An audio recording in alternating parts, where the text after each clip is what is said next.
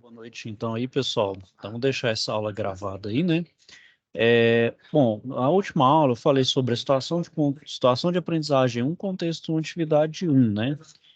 E aqueles mesmos conceitos que eu trabalhei nas últimas aulas, também é para fazer, vocês conseguirem fazer a atividade 2 e 3 dessa mesma situação de aprendizagem, certo? Deixa eu só compartilhar a tela com vocês aqui. Então vamos lá. Então a atividade 2, né? Vocês vão examinar as condições da bomba, principalmente do sistema de vedação onde ocorre o vazamento, e executar a manutenção preventiva, sempre levando em conta então os aspectos de segurança e meio ambiente. Vocês vão dimensionar o sistema de vedação por engachetamento, efetuando então os cálculos de espessura, comprimento e número de anéis de gachetas necessários para uma perfeita vedação. Então, nesse aqui, vocês vão fazer o dimensionamento de vedação por engachetamento, utilizando, então, aqui esses conhecimentos aqui, ó, de vedação e aplicação aqui de gacheta, certo? Os cálculos estão ali, tá bom? E a atividade 3 são elaborar e emitir aqui, no meu caso, um relatório técnico da manutenção da bomba. Então, tem aqui, ó, os conceitos, né? Então, deixa eu só colocar aqui, ó. Então, aqui, ó, atividade 3, ó, essa daqui, ó.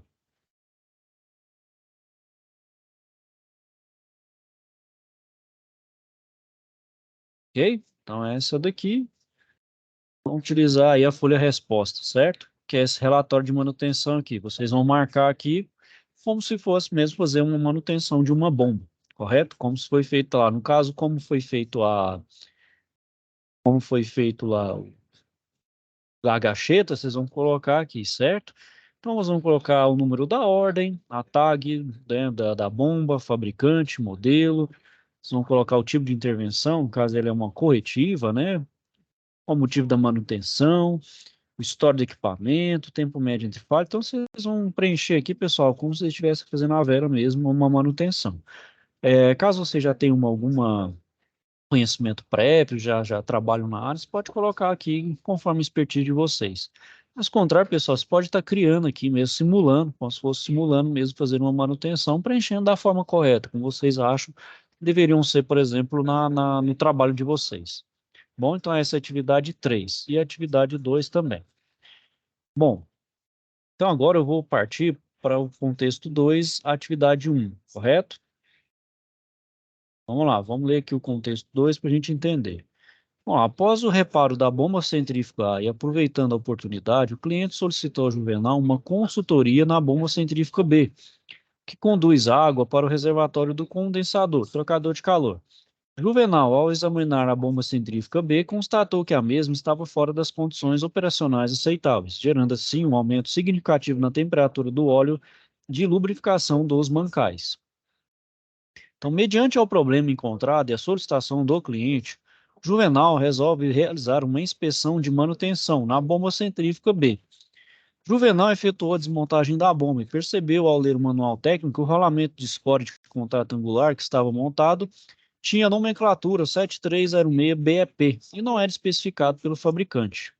Outro problema identificado por Juvenal era a disposição de montagem dos rolamentos, que estavam na disposição O, que é o back-to-back, diferente da disposição recomendada estabelecida pelo fabricante, que é a X, que é a face-to-face. Além das especificações, as nomenclaturas, né, que é o sufixo dos rolamentos, também estavam diferentes. No caso aí, 7306-BAY. Então, ele deve comunicar o fato à sua empresa e à contratante, pois a bomba pode evoluir para uma falha e, consequentemente, a perda de suas funções operacionais. Então, o Juvenal deverá emitir um parecer técnico para a empresa contratante, explicando então as diferenças entre os rolamentos de contato angular montados no equipamento e especificado pelo fabricante. Ao final, deverá emitir um relatório técnico à contratante, descrevendo os problemas detectados na bomba centrífuga B e as consequências que poderão causar ao equipamento, se um plano de ação PA não foi então elaborado para a solução deste problema. Bom, pessoal, então a gente vai ver aqui hoje sobre a parte de desenho de conjuntos, vistos, polidos, mancais, rolamentos, manuais e interpretação então de manuais técnicos. Então vamos lá. Então os desenhos de conjuntos, né, pessoal, eles vão representar o real posicionamento de todos ou quase todos os componentes montados no equipamento. Então, a representação deverá conter, então, as vistas necessárias e suficientes para o entendimento da montagem das peças entre si. E estas vistas dos conjuntos montados são normalmente feitas em corte, né? Onde vocês podem ver aqui.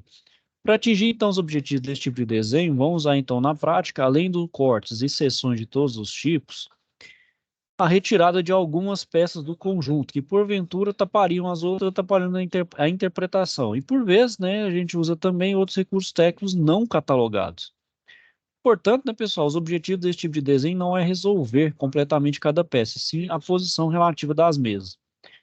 Então, por isso, a gente permite omitir alguns detalhes construtivos mais miúdos e trabalhosos das peças, já que isto vai ser resolvido em outra parte do desenho. Então, tem aqui o exemplo, né? Então, tem o desenho do conjunto e o corte com os devidos detalhamentos das peças aqui, né? Com cada peça aí. Bom, então uma coisa que é muito corriqueira aí, né, pessoal, no dia a dia, é a vista explodida, né? A gente vê demais aí, na área da manutenção, né? Toda máquina a gente tem a sua vista explodida correspondente. Então, o que que vem a ser ela? Ela é aquela que demonstra todas as peças de uma máquina e o equipamento nas suas sequências de montagem, né? Então, aqui a gente vê melhor. Então, por exemplo, aí, né, tem uma bomba centrífuga, sua explosão nas suas partes menores, suas partes constituintes da peça, né? Então, com isso, né, pessoal, a gente consegue ver, conhecer todas as peças da máquina. Então, por exemplo, se essa imagem não fosse explodida, a gente não conseguiria ver algumas peças, seria impossíveis de serem vistas, né? Pois essas estariam nos seus alojamentos, uma vez internos a outras peças, né? E para ser demonstrada como um todo, o projetista não disponibiliza um desenho da máquina ou equipamento com todas as peças explodidas e visíveis. Então, né, pessoal, para manutenção isso aí é primordial. Para você poder, por exemplo, saber a peça, a especificação dela, para pedir um sobressalente ou substituir, né? Qual é essa peça, então, que eu vou poder, então, que eu tenho que ligar no fabricante para poder fazer a devida substituição. Ou caso queira fabricar, as dimensões e alguns detalhes dela que eu possa vir, então, a fabricar, né? Então, a vista explodida ela é extremamente importante para qualquer área, mas principalmente para a manutenção, né? Bom, então, partindo do geral, né, do conjunto de peças, a gente vai para o mais específico. O que mais utiliza-se aí na indústria, né, pessoal, são os mancais. E o mancal é um elemento de máquina, mais especificamente um elemento de apoio, ele é fixo e suporta o peso dos elementos de movimento rotativo. Um eixo, por exemplo, né? O conjunto motobomba, né, a gente tem um mancal, que é do próprio motor, né, do conjunto motor e bomba, que ele vai ser um mancal que vai apoiar o conjunto da bomba e do motor. E eles são fabricados em ferro fundido, podendo ter sua carcaça bipartida ou não. Os bipartidos aí, conforme a figura, né, vai facilitar também a manutenção ou a troca desses rolamentos, né?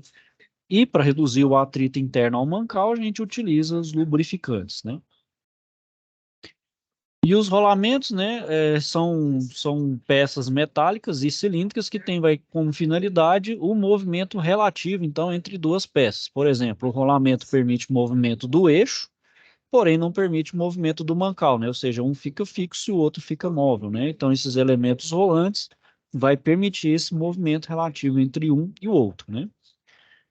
Bom, então a gente tem alguns tipos de rolamento. Os abertos são aqueles que não retêm totalmente o lubrificante e por isso devem ser relubrificados após vários ciclos de operação. Então, seus componentes é a vedação, seus componentes são a vedação, o anel interno, a gaiola, né, que vai prender os elementos dos corpos girantes, o anel externo, uma outra vedação, né, e compõe todo aqui, faz então seu componente total aí, né. Os rolamentos vedados ou blindados, então, são rolamentos que apresentam algum tipo de proteção contra água e contaminantes. Então, nesse caso, não preciso ficar fazendo uma lubrificação de forma periódica, né? Bom, os fabricantes, então, de equipamentos, né, pessoal, eles vão disponibilizar, então, manuais para servir de apoio, né? Então, eles são primordiais para servir de apoio tanto à montagem quanto à manutenção, né? Nas bombas em específico, nas bombas industriais, ele vai contemplar, então, todas as peças que nela existem. Então, vai fornecer desenhos dimensionais e outras informações essenciais. Por exemplo, Cada fabricante, então, vai possuir uma codificação dos seus rolamentos e esses códigos, então, significam todos os dados da peça. Então, por exemplo, aí, eu tenho esse rolamento aí com essa nomenclatura aí, que é 6205 ZZC3/2AS, que vence, então, cada dígito. Então, primeiro aqui, indo da esquerda para a direita, o número 6 quer dizer que é um rolamento rígido de esferas. O dígito 2 representa que é uma série de diâmetro 2. Esses dois dígitos aqui, 0,5, representa que o meu diâmetro nominal do furo é de 25 milímetros. Essa duas letras aqui, ZZ, quer dizer então que é um rolamento do tipo blindados em ambos os lados. C3 quer dizer que é uma folga radial interna do tipo C3, e 2AS quer dizer que é uma graxa Shell Alvania S2, né? Então, cada numeração aqui vai representar alguma característica do meu rolamento, né? E esses códigos, então, né, pessoal, eles vêm informados no rolamento, contudo, com sua utilização e desgaste, esses dados geralmente são apagados. E todos os itens, né, pessoal, isso é para ter então uma devida atenção, observação, todos os itens de manutenção deverão ser cadastrados sempre que possível em sistemas integrados e entre a manutenção e a área de compras, né, pessoal? Então é imprescindível que o comprador registre os códigos de todos os rolamentos para quando este virar falha, para solicitar então o mesmo tipo de rolamento, justamente para evitar, então, por exemplo, no momento que ele apaga, a gente não saber de que rolamento se trata, né? Mesmo os mantenedores, né, os operadores mais experientes, mas que tenham anos e anos a fio de experiência com rolamento, não vai saber de cabeça, né, que se trata qual rolamento.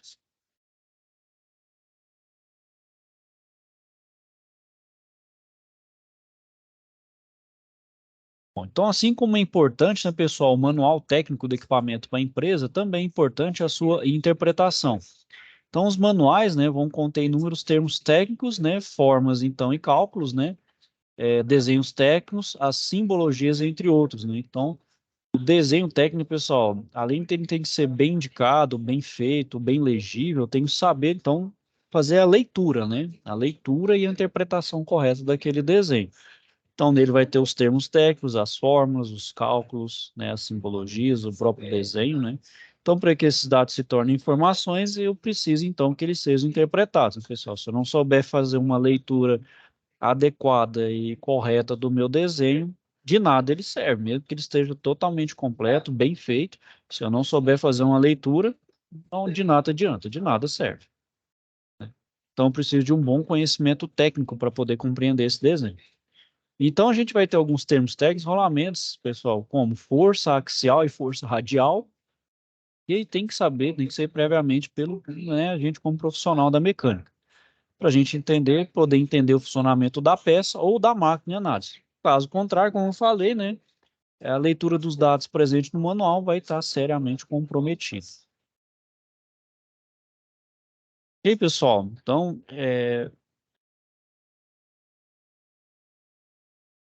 indo aqui para a atividade, né? A atividade 1 é aquela que eu falei. Então, caso tenha alguma dúvida com questionamento, pessoal, não deixem de procurar, ok? Estou aqui para ajudar vocês no que for necessário, no que for preciso.